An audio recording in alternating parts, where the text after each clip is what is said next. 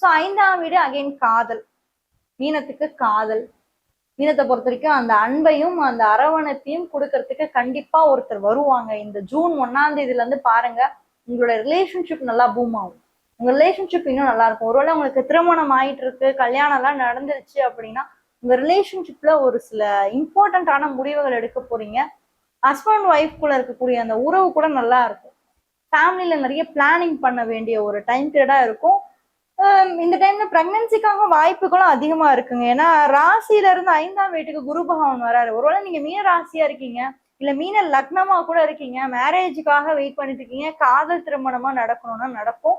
அதே மாதிரி பிரெக்னன்சிக்காக நல்ல டைம் பீரியட் உங்களுக்கு அடுத்த ஒரு வருஷம்.